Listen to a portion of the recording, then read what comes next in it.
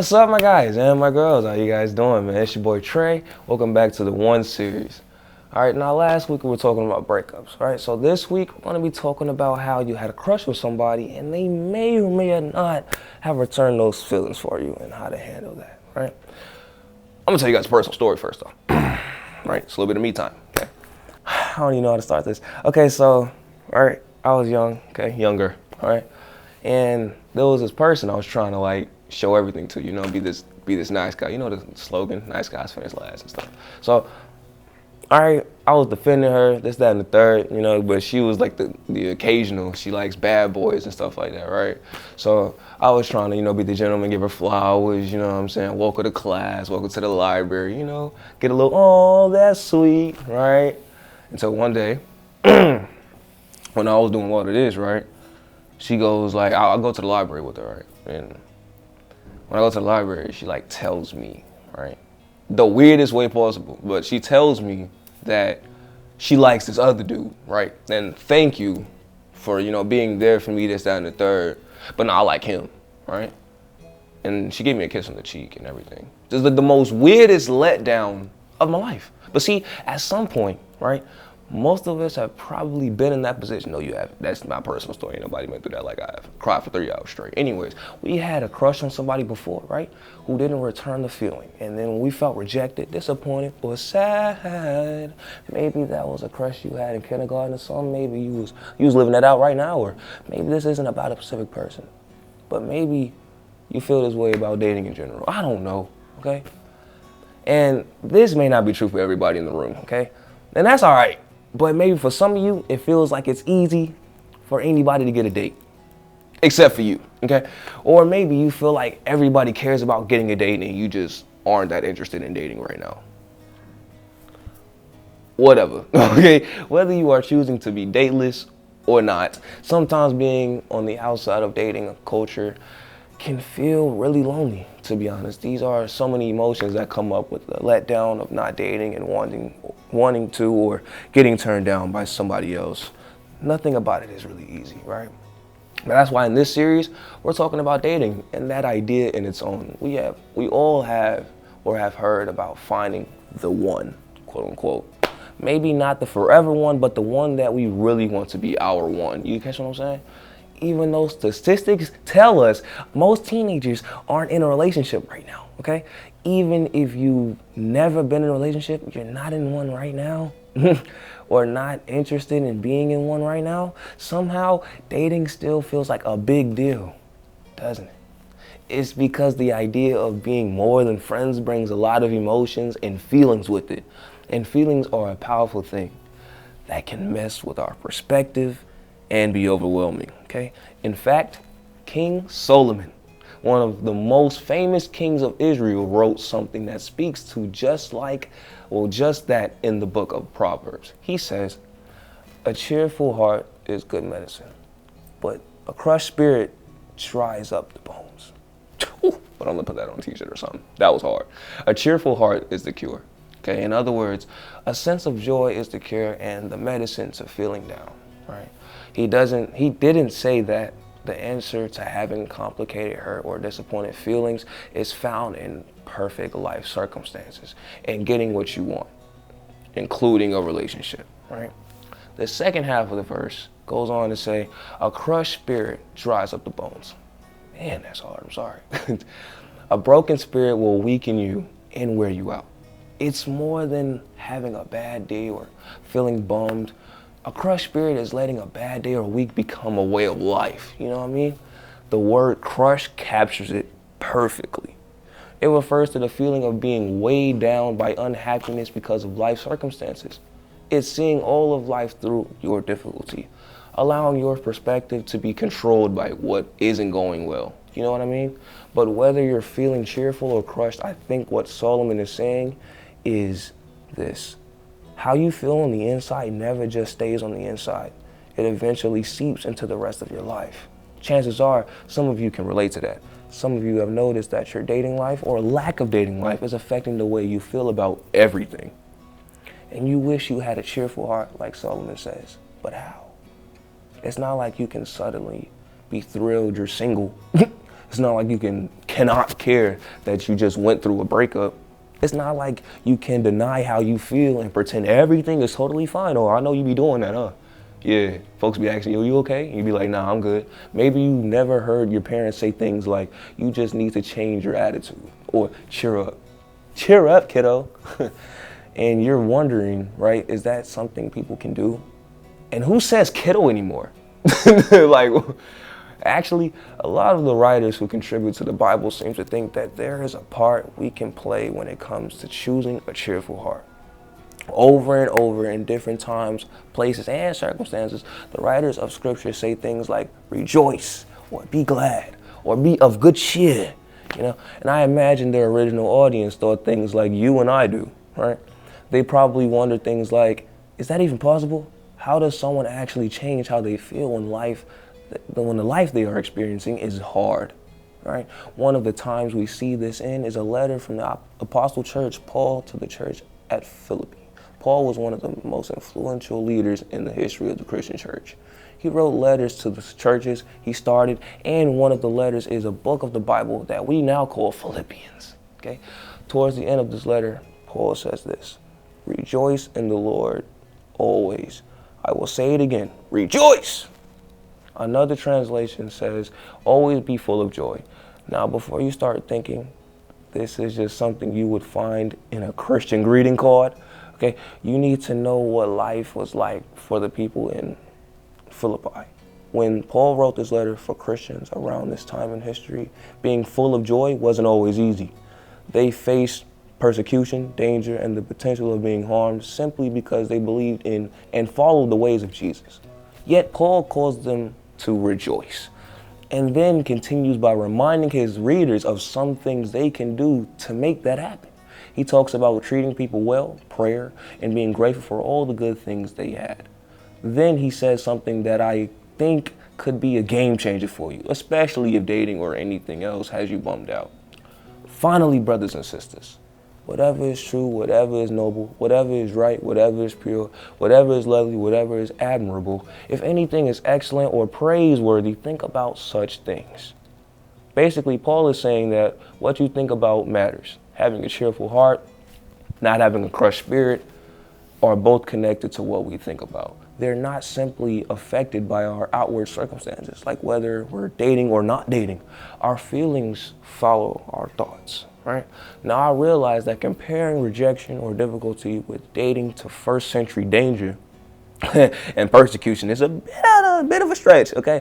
But here's why I think all of this connects to what you feel and what I feel today.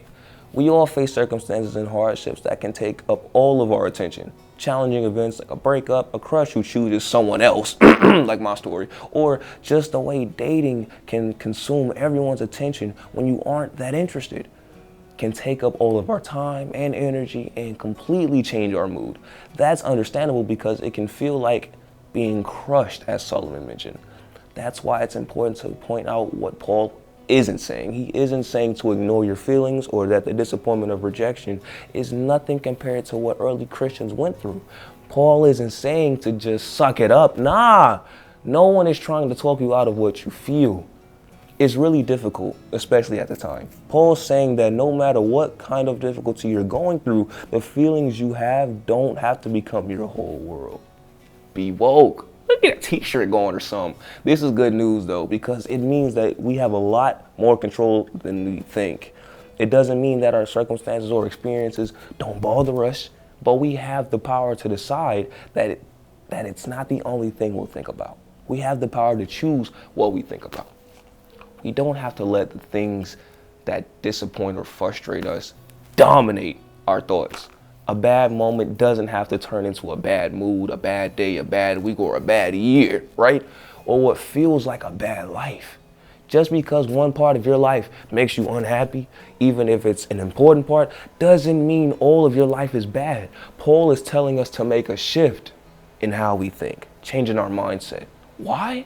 Because when we don't change actually, the way we think, we lose our perspective. And a loss of perspective takes away our power and it gives it over to our circumstances. Before we know it, our circumstances will crush our spirit because it has all the power. When we say perspective, what we mean is this. Perspective is how you see in a situation. A lost perspective means we take what feels bad right now in one part of our life and make it the way we see our everything all the time. The amazing thing is perspective doesn't just happen, you know? You actually get to choose it. You know what I mean? Like feelings and emotions have a way of coloring how we experience life. You may wake up one day feeling sad or angry or mad or glad, whatever. And so the day starts and continues with that feeling, right? Or you may be going through your day and remember something amazing that is going to happen tomorrow. And that makes you excited for the rest of the day. Feelings have a way of just showing up. However, there is a better way to live. Feelings are good and natural, but they do not have to control your life. As your feelings show up, you can decide the impact they will have on your day and your life. You can decide where you put your focus. The point is, every day you get to pick your perspective. You don't have to allow your feelings to be in control of how you experience life. In layman's terms, basically other words, you pick your own perspective. The choice is yours, always. It's okay to want to date. It's even okay to be frustrated by it. It's okay to not want to date and feel separate from those that do, okay? Maybe you're a popular loner, I don't know. V-Lone shirts. But it doesn't have to be the main thing you focus on, right? When it feels like it is the thing that determines your perspective, it's by that time to go and take that step back. No jump shot, all right? It's time to pick a new perspective. That doesn't mean you're going to suddenly feel differently, but it does mean you decide to control what you can, you know? And your attention, your focus, and the view of your situation is in your control. The truth is, no circumstance, dating or otherwise at this point, is going to give you the cheerful heart you want. You're also not stuck with a crushed spirit just because things aren't going the way you want in your dating life.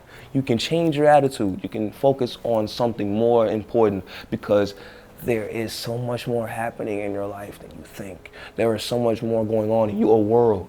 Sometimes it just takes a little effort to remind ourselves of all of that. So let's practice for a second, okay? Let's go back to what Paul wrote and take some cues from him. You don't have to answer out loud, but in your mind, answer a few questions. What negative thing has your full attention right now? How do you feel about that? Why is it important to you? Right? Jot all of that down, like a notepad or something. Get a little pen out. But now, before we move forward, okay, I want to just ask you guys and really remind you that it's important to feel your feelings, right? All of them, even the ones that aren't fun to feel. Here's the good news. Being able to name your not so fun feelings allows you to see that difficult things and joyful things can exist at the same time. Yes, you might have all sorts of feelings around that negative circumstance that has your focus at the moment, but there's so much more to life than just that. Like the church in Philippi, you can go through difficult things and still have joy. You can be disappointed in how dating is going, but still pay attention to the other areas of your life that are pretty good. In fact, I want to show you what I mean. I want to ask a few more questions, like I just mentioned before. But before doing that, let me remind you one last thing. No matter what your dating status is, right, or what you want it to be, you are a whole person just the way you are. You are not incomplete. You are not lacking. You are not less than. You are not just killing time until the right person comes along. You, look at my eyes, are enough just the way you are. And when you pick that perspective to start from, no matter what the dating reality is you are dealing with, you are far less likely to live with a crushed spirit. All right, now to help kickstart the process of picking a better perspective, let me ask you a few more questions. I've been saying this 3 times in a row, huh? But let me actually get to the questions though. What is one thing going really well in your life right now? Think of something. Who is one person you're grateful for, right? What's one talent you're glad you have that no one else does?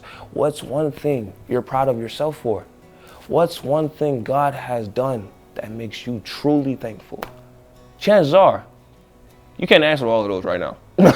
All right, you really can't. But I bet 1 or 2 answers came to mind. Some really good things are happening in your world right now, okay? So, in the words of Apostle Paul, think about such things. Let your mind stay there. It doesn't mean you ignore difficult things or challenging things with dating or life in general. It's just not your focus. As your focus changes, you may find yourself feeling better about the dating scene because it's in a proper perspective. You can see better with it. What would your life look like if you were living with a hopeful perspective even when you don't feel like it? This is bigger than dating. There are all sorts of things throughout life that may tempt you to stay frustrated and angry. But when things aren't necessarily going the way you want, I want you to know that you have more power than you think you do. Your dating circumstances and life circumstances might change throughout high school. You can't control that, but you can control how you respond. Didn't I say this before? You pick your own perspective. Take it from Solomon, the wisest king to have ever lived. Your heart is too important to leave in a broken place, but a simple change in where you focus can make all the difference in the world possible. It's your boy Trey. Glad to see you guys again. I'll catch you on the next one. Peace.